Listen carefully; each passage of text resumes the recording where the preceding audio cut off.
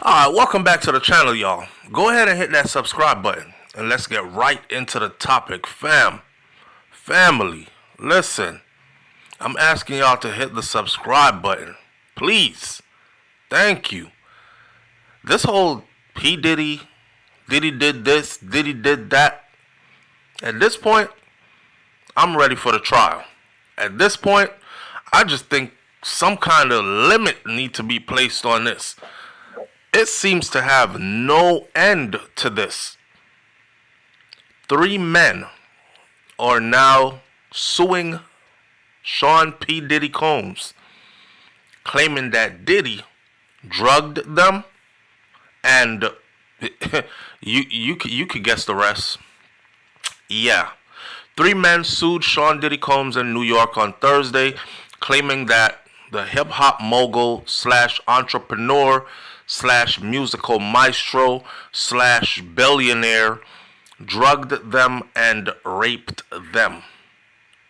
The lawsuit was filed anonymously, again, in a state court. And this adds to a whole wave of sexual assault litigations against Diddy. Diddy at the moment is already facing some serious charges. Federal sex trafficking, racketeering charges, a whole RICO case pretty much. And here comes 3 more, said to be grown men. And they file anonymously. First of all, let me say this, right? I just feel like the people who are filing these types of lawsuits against you, it should be a requirement for you to know their identity. People can just file a lawsuit against you for, with the most ghastly accusations. And you don't even know who is filing the lawsuit. All you know is a time and a place where some incident must have happened and a Jane Doe or a John Doe is saying you did it. And now you must spend money, get you a good attorney, and defend yourself. Because if you don't, you stand to lose your freedom, you stand to lose your money, you stand to lose everything you've worked for, not to mention how tarnished your reputation will be. A lot of people ask if Diddy will be able to bounce back from this. I don't see it. The only way he'll be able to bounce back from this is if he beats all the charges. And the only thing that sticks out still is that altercation with Cassie in that hotel lobby or hallway where he was beating on Cassie and Cassie was running trying to escape. Because you can't erase that. That's already done. But if he beats all the others, he might be able to get out from underneath that Cassie stuff in years to come. But his reputation is so damaged, no major entity, no corporations, no conglomerate, no huge entity that's worth billions of dollars will seek to do business with Diddy after this. Have his name attached, his image attached to anything, whether it be clothing, liquor, concerts, nothing. Now, Thomas Guilford, a New York attorney who filed Thursday's lawsuits on behalf of these 3 men, said that Diddy used his power and his wealth to take advantage of the 3 men, and then he ensured their silence through threats and through fear. He made sure they did not tell anybody else through threats and through fear. Now, I'm not the smartest one in the bunch, but if you're making an accusation like this, I think it should be required in a court of law to prove, first of all, that this happened, the when and the wheres and all that. And then also prove the threats and prove the fear. How did he invoke fear into them? What methods, what means did he use? Where's the proof? Let me see some text messages that says, if you tell anybody anything, I'm going to kill you. Let me hear a voice note, a phone call. I want to hear the threats. I want to see the actions that made them fearful. You know, they're making these accusations, and we got to keep saying allegedly and accusations, because none of this has been proven. And what a lot of people are forgetting is this. Diddy is worth a whole lot of money. And the feds have decided that if he is found guilty, all his assets will be confiscated. All his assets will be confiscated. And they're talking about the private jets, the mansions, his clothing. I don't know, he might have a pair of Louis Vuitton shoes that are $5,000 here and there. He might have a bracelet that's $50,000. He might have a pair of earrings that are $125,000. Jewelry. They're going after every piece of everything that he owns. And the goal is to liquidate all his assets and then share the money up amongst those who are found to be credible enough to be deemed the victims. Now, everybody is throwing their hats in. It's like the lottery. The numbers are going to be played this weekend. And if you don't have a ticket, you don't have a possibility of winning. So everybody throws their $1 in or their $2 in. Let me get a ticket. Let me get a ticket. Hopefully my numbers hit. That's what I see happening. A big money grab. Now, this attorney, of course, is talking like, you know, he's absolutely convinced that this is so. He says, this is long overdue.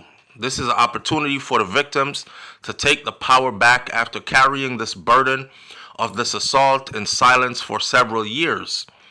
Now, while the lawsuit will not undo the wrongs they have done, that been done to them, it enables these survivors to regain the power and the dignity that was stripped of them, from them, by Sean Combs.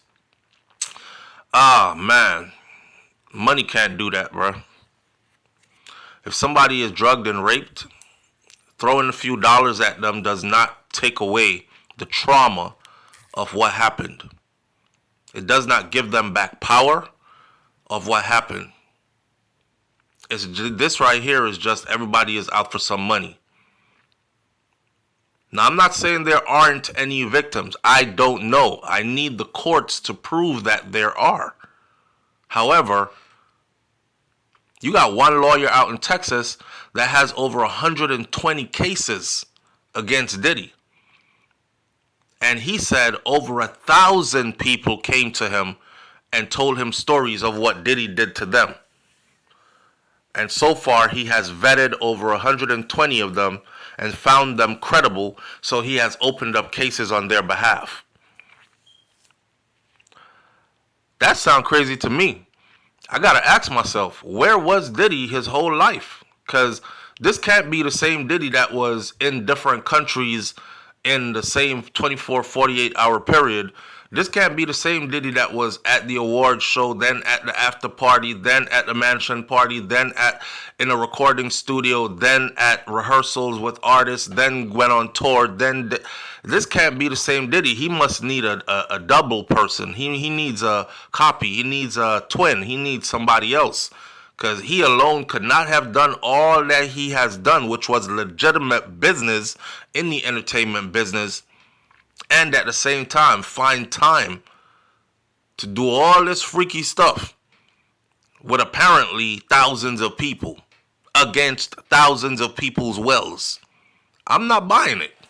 I'm not buying it. You know, I look at Harvey Weinstein and I look at the long list of people who accused Harvey Weinstein, and yet still, his resources were not threatened. Yeah, they found him guilty. Yeah, they sent him to prison, but they did not say, we're going to take away your mansion, your private jet, your yachts. We're going to seize all your bank accounts, take every dollar you've ever worked for. They never did any of that. Which makes me look at this case even more sideways and funny. Other people in positions of power have been brought up on the same charges as Diddy. Yet none of them houses have been raided, or had they been treated like how Diddy's been treated, and they've been granted bail. Take, for instance, I'll give you an example since a lot of you listening might not even be thinking about this. The Abercrombie and Fitch former CEO. Yeah. I need y'all to go look up the details of the indictment on the Abercrombie and Fitch CEO. And yes, he is out on bail. Right. Anyhow, the attorneys for Diddy said that these claims are baseless and these complaints are full of lies. The lawyers wrote in a statement declining to elaborate, and they said that we will prove them false and we seek sanctions against every unethical lawyer who filed a fictional claim against Diddy. The lawsuits involve incidents taking place back in 2019 to 2022. These three men are saying their incident happened more recently, 2019 to 2022. The men, all identified as John Does, says that they were unwittingly served drinks. They didn't know that there was drugs in their drinks. Somebody served drinks to them, and next thing you know, they passed out. And then they were sexually assaulted by Diddy and other people. I know, somebody is saying, well, if you passed out, how do you know it was him and other people? They each seek a jury trial, and they want to be awarded unspecified damages from Diddy. One of the men claimed that Diddy drugged him and then raped him in 2020 when the two met at Diddy's suite at the Intercontinental Hotel in Times Square to discuss payments. The man was owed as a longtime employee of Diddy. So you worked for Diddy for quite some time.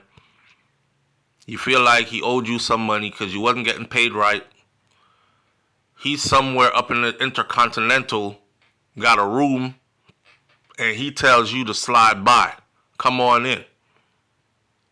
Let's discuss payment in this hotel room. Another one claims that he met Diddy in 2019 at a Manhattan nightclub, and he was invited to an after party at Diddy's suite at the Park Hyatt Hotel, where he said he was also drugged and, the man said that he tried to fight it off. He tried to resist before the drink kicked in and it left him unconscious. He also said that he was given $2,500 after the attack by another man who had been recording the whole thing. If you unconscious, how you know he was recording the whole thing? Anyways, the third man claims that he was drugged and the same thing happened to him by Diddy and associates from his record label during a summertime party in 2020 at Diddy's mansion in East Hampton, New York. Diddy has pleaded not guilty to these federal charges that he coerced and abused women for years, using a network of associates, employees, to hold these drug-fueled, elaborately produced sexual performances that went marathon sessions, which were called freak-offs, and they involved male sex workers. Prosecutors say that he then silenced his victims through blackmail, violence, including kidnapping and arson and physical beatings. See, all this they're going to have to prove in court. Arson, what did he burn down? Kidnapping, who was kidnapped? Blackmail and violence, they're going to have to prove all that. Combs has been seeking to be released. He's been denied bail 3 times.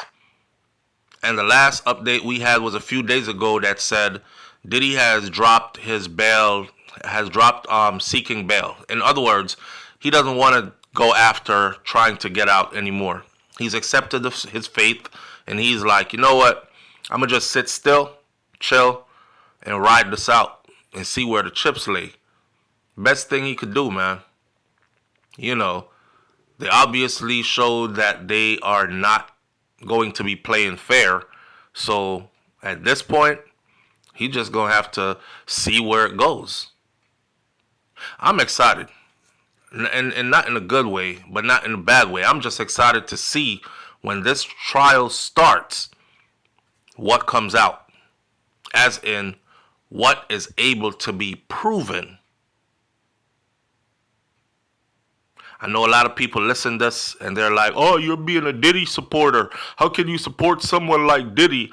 Let me ask you this. This is not about Diddy. This is about proof for an accusation.